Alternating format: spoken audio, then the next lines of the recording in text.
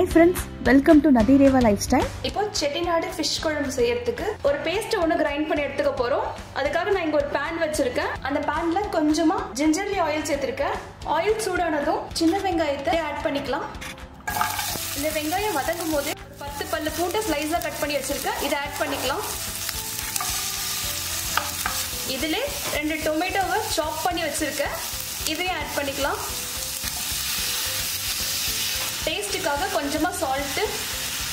இப்போ தக்காளி நல்லா ஸ்மாஷ் ஆகிற அளவுக்கு வதங்கி இருக்கு. இதுல நாம முழு மிளகு 1 ஸ்பூன், சீரகம் 1 ஸ்பூன், 2 ஸ்பூன் மிளகாய் தூள், 2.5 ஸ்பூன் மல்லித்தூள், 1/2 ஸ்பூன் மஞ்சள், இதுல 1 கப் துருவின தேங்காய், ஒரு லெமன் சைஸ் அளவுக்கு புளி.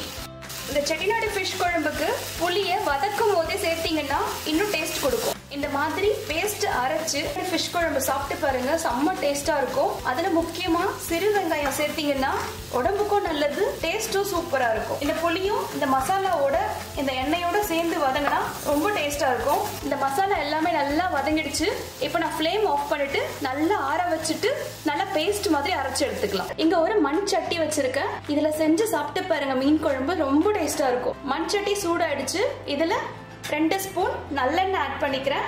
இதுல 1/2 ஸ்பூன் கடுகு, ஒரு வரமிளகா எடுத்திருக்கேன். கொஞ்சமா வெந்தயம் நிறைய போட்டுறாதீங்க, குழம்பு கசப்பு எடுக்கும். இப்ப கடுகு பொரிய ஆரம்பிக்குது. கொஞ்சமா கருவேப்பிலையை நான் நல்லா வாஷ் பண்ணி வச்சிருக்கேன். இதை ஆட் பண்ணிக்கலாம். இதுல நாம சிறு வெங்காயத்தை நல்லா கட் பண்ணி வச்சிருக்கேன். இதை ஆட் பண்ணிக்கலாம். இப்போ வெங்காயம் நல்லா வதங்கிடுச்சு. இதுலயே நாம ஃபர்ஸ்ட் ஒரு மசாலா பண்ணி அரைச்சு வச்சோம் பாத்தீங்களா, அந்த பேஸ்ட் இதுல ஊத்திக்கலாம். இதை நல்லா கலக்கி விட்டுக்கோங்க. தண்ணி நிறைய ஆட் பண்ண வேண்டாம். மீன் குழம்புக்கு திட்டமான தண்ணி இருந்தா போதும். குழம்பு ஒரு கொதி வரட்டும்.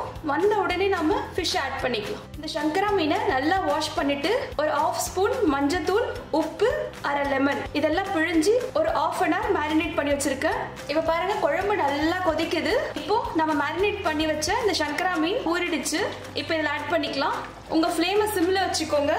மீன் போட்டதும் குழம்பு கொஞ்சம் தண்ணி ஆகும். குழம்பு கரண்டி வச்சு கலராதீங்க. கொஞ்சம் வெந்த உடனே ஒரு கலக்கி மட்டும் விட்டுக்கோங்க. இப்போ மீன் வேகிறதுக்காக ஒரு 10 மினிட்ஸ் நம்ம லிட்டு போட்டு க்ளோஸ் பண்ணி வைக்கலாம். இப்போ நம்மளோட மீன் வெந்திருக்கும். 10 மினிட்ஸ் ஆயிடுச்சு. ஸோ நம்ம இன்னும் டேஸ்ட்டுக்காக ஒரு தட்கா மாதிரி ஒன்று தாளிச்சிக்கலாம். ஸோ இங்கே ஒரு தாளிப்பு கடாயை வச்சிருக்கேன். இந்த தாளிப்பு கடாயில் 1 ஸ்பூன் நல்லெண்ணெய் ஊற்றிக்கிறேன்.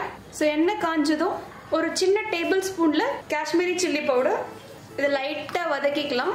இதுலயே நாம 4 கருவேப்பிலையை வாஷ் பண்ணி வச்சிருக்கோம். அதை ஆட் பண்ணிக்கலாம். இது நாம இந்த மீன் குழம்பு மேல ஊத்தலாம். இப்போ நம்ம ஃப்ளேம் ஆஃப் பண்ணிக்கலாம். செட்டிநாடு சங்கரா மீன் குழம்பு சூப்பரா ரெடியா இருக்கு. இதை நீங்க ஒயிட் ரைஸோட சூடா சாப்பிட்டீங்கன்னா செம்ம டேஸ்டா இருக்கும். இட்லி தோசைக்கும் சூப்பரா இருக்கும். நீங்களும் உங்க வீட்டுல ட்ரை பண்ணி பாருங்க. உங்களுக்கு பிடிச்சிருந்தா லைக் பண்ணுங்க, ஷேர் பண்ணுங்க, சப்ஸ்கிரைப் பண்ணுங்க. தேங்க்யூ.